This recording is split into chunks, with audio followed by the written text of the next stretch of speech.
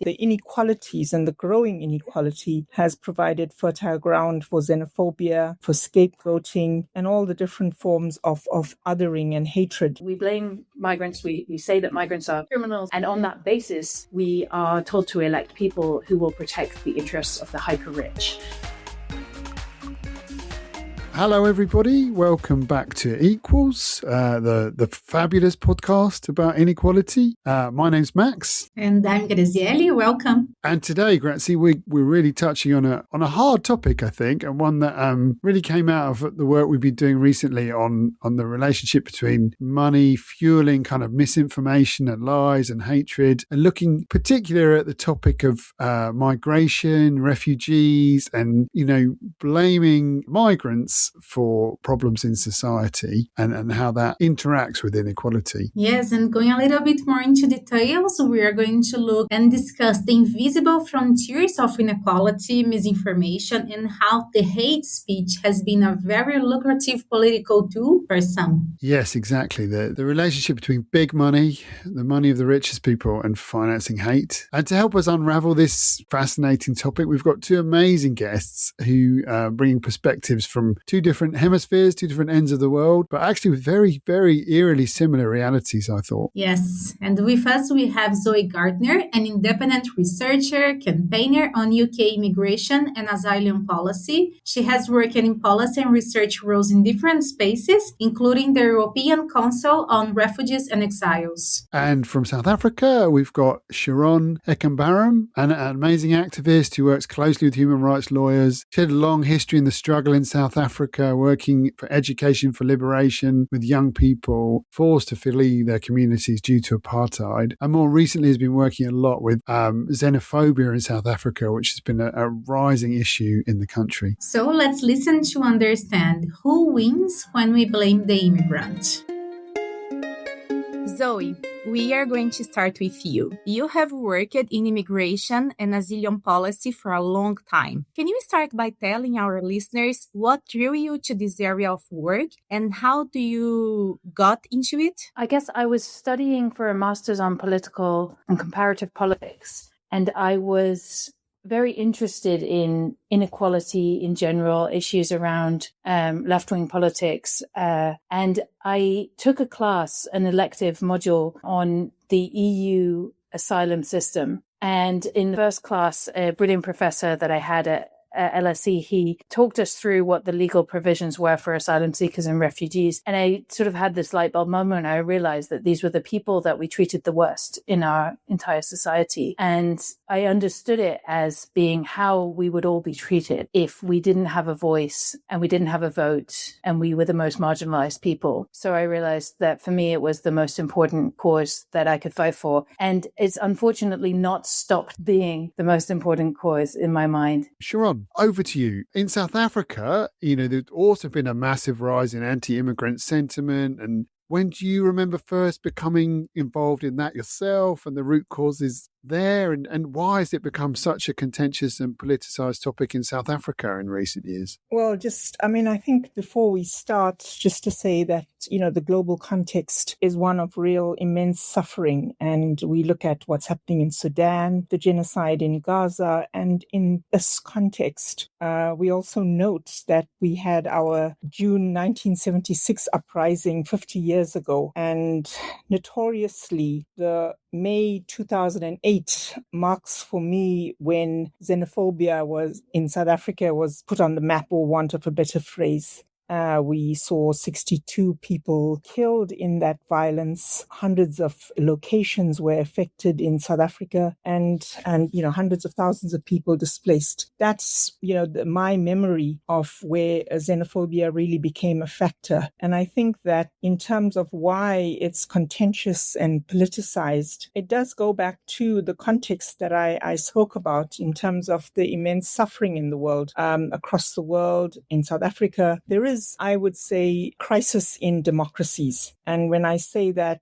what we're experiencing to to demonstrate that is shrinking civic space, widespread socioeconomic precarity, and also this all then the inequalities and the growing inequality has provided fertile ground for xenophobia, for scapegoating, and all the different forms of othering and hatred that is fueled on social media platforms. And in South Africa, just for the benefit of listeners, who is the xenophobia towards, broadly speaking? Who is scapegoating who in South Africa since 2008? So it's a complex question. I think we've seen the rise of political parties taking increasingly repressive measures in terms of policy change in management of movement of people. But the violence that we're witnessing on the ground in communities is actually being meted out by two forces. One is more recently vigilante groups like Operation Dudula and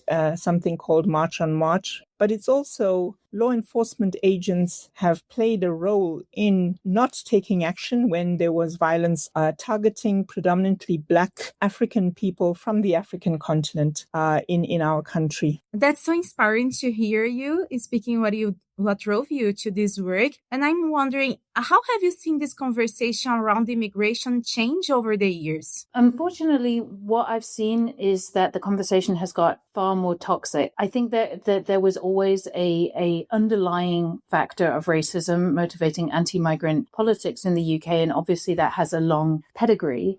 But what we've seen over the last few years, and the last couple of years in particular, is a massive increase in the level of just open racism in this conversation, and the absolute lies and misinformation and scapegoating of migrants has gone off the scale. The Overton window has shifted massively to the right. The idea of what is permissible to say publicly, openly, and straightforwardly has become so much more toxic. And we've seen that develop with a total failure of supposedly moderate voices to push back against it, which is, I think, one of the major things that has allowed this to happen so quickly. But what's interesting is that during the time that I've worked on this issue, we've seen that elite conversation coming from politicians and in the media get so much more toxic and racist, but we haven't seen the same increase in racism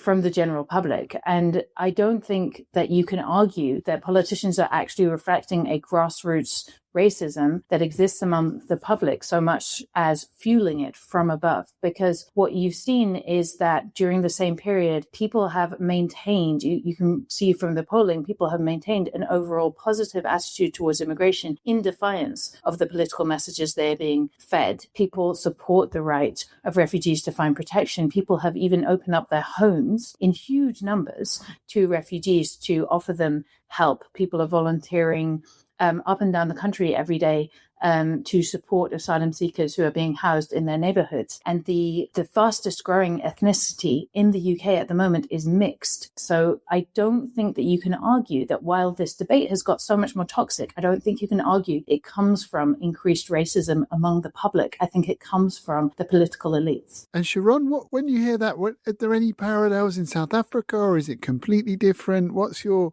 sense about where this sentiment is coming from in South Africa, and is it reflecting the public mood? Is it steering the public mood? What's your impression there? No, I actually agree with Zoe, and it's quite refreshing to hear that as a sort of an international phenomenon, because on the ground, in a similar way, communities are engaging in more inclusive activities. But the issue here is the inequality. It is the fact that we have systemic unemployment. And what we are seeing is that there has been a successful strategy to detract away from us holding our government to account by blaming the migrants. And of course, in all of this, I think there needs to be a discussion of the role that the media plays, the mainstream media, in fueling this violence, because spreading of disinformation is good for profits. And there is very little regulation on the kind of hatred that is spewed all over social media platforms. Can I just ask, here in the UK, as Zoe's been saying, there's an enormous overlap between racism and anti-migrant sentiment. Obviously, race is an incredibly toxic and important issue in South Africa anyway, but you also have a situation where the majority of your migrants are from other countries in Africa. So you've got a majority black population in South Africa, and then you've got the majority of your migrants are black as well. So how does the race issue play into the xenophobia issue in South Africa? Because it's not as clear cut as it is here, where it often feels like a kind of, if you like, just a euphemism for what is effectively a rise in racism. So look, I think again, what doesn't get reflected on is that the people that are targeted, it is the most vulnerable. It is migrant laborers. It's people who have fled largely because of the global warming, where, they can't sustain their lives in countries like Zimbabwe, Lesotho. Mozambique has had its fair share of floods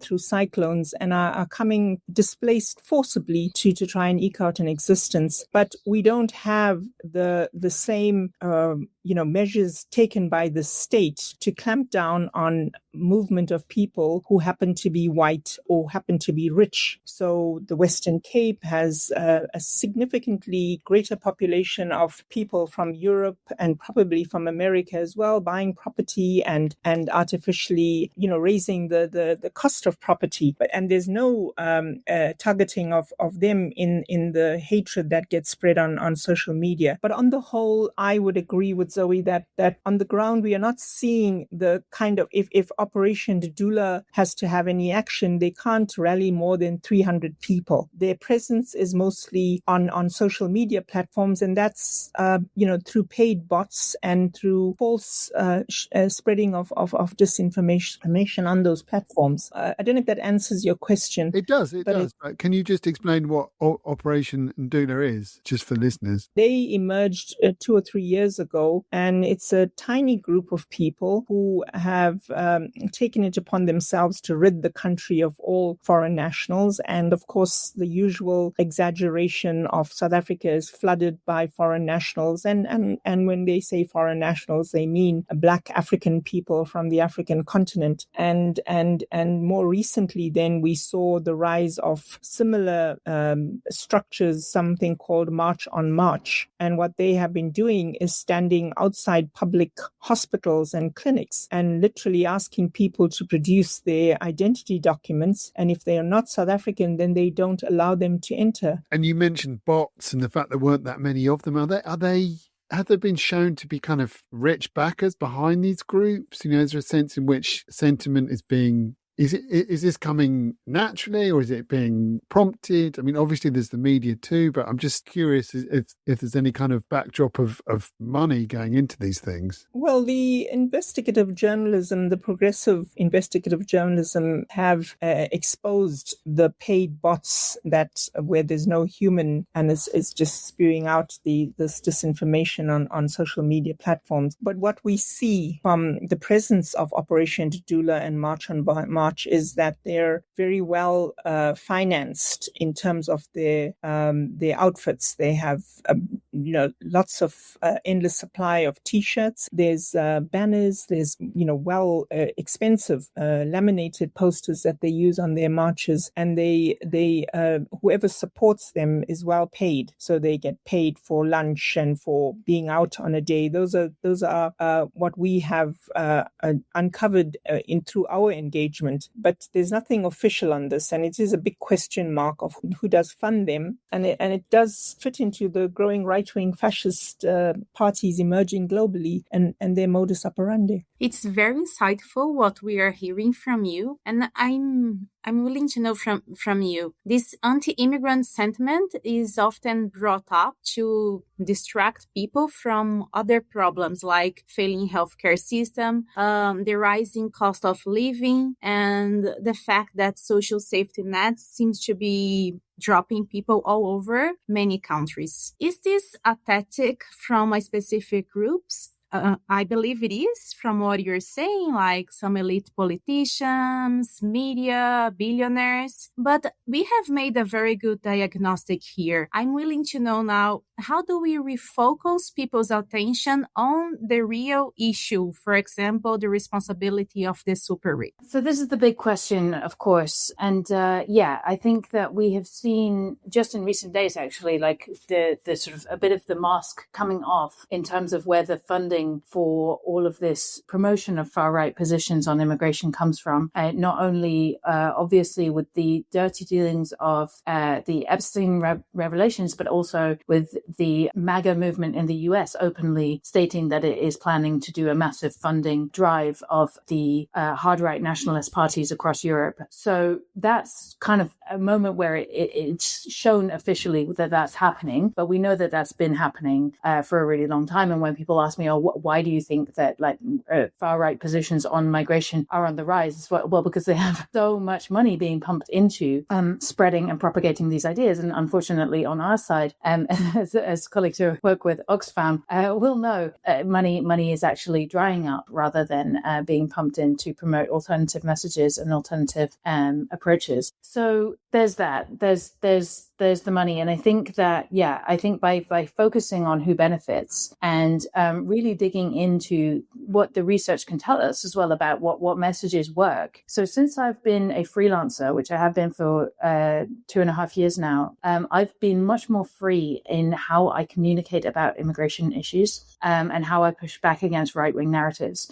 And one of the ways in which I'm more free is that I am able to draw the links between the financial incentives, the super rich who get richer out of maintaining a status quo where we hate and spend on punitive policies towards immigrants. And I can talk more about how that links into injustice in our social services and how actually our welfare state is dependent on immigrants, both in terms of the labor that they provide, but also in terms of the fact that we have an aging population and we simply will not be able to sustain a welfare state that provides free healthcare at the point of need and pensions to our elderly population and so on if we do not have the workforce that are paying taxes in order to fund that. So for lots of reasons, we need immigrants. That narrative of tying, because this is what lies behind everything, right? Like we blame migrants. We say that migrants are criminals or whatever we say about them. And on that basis,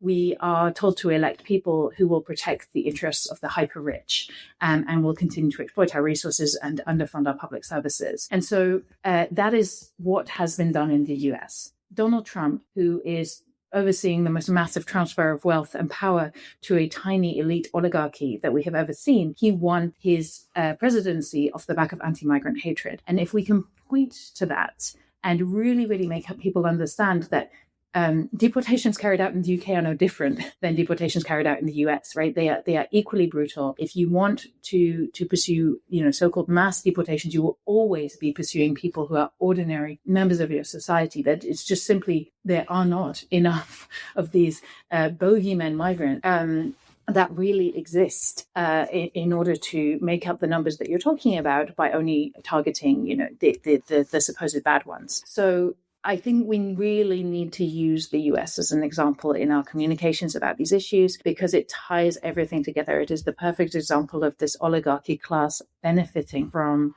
directly funding the promotion of racism and anti-migrant hate. And it is just exactly the same thing that they are trying to replay on our streets here in the UK. And like I say, most people reject that when they see it in the US context. So we need to be drawing that link. I think it's the best opportunity we have, unfortunately, an opportunity that springs from a truly horrific and dangerous global moment of the promotion of fascism. That's really interesting. Sharon, would you say that's true also in South Africa when people see what's happening in the US? Do you think is there a general revulsion at that, particularly the blatant racist elements of what's happening in America too? I think that there's there's a danger of how nationhood and nationalism has been weaponized globally. And that has taken root, unfortunately, in contexts like South Africa. So you have things like Put South Africa First, and all of the politics of, the majority of the political parties in South Africa is on the basis of the South Africans are suffering because of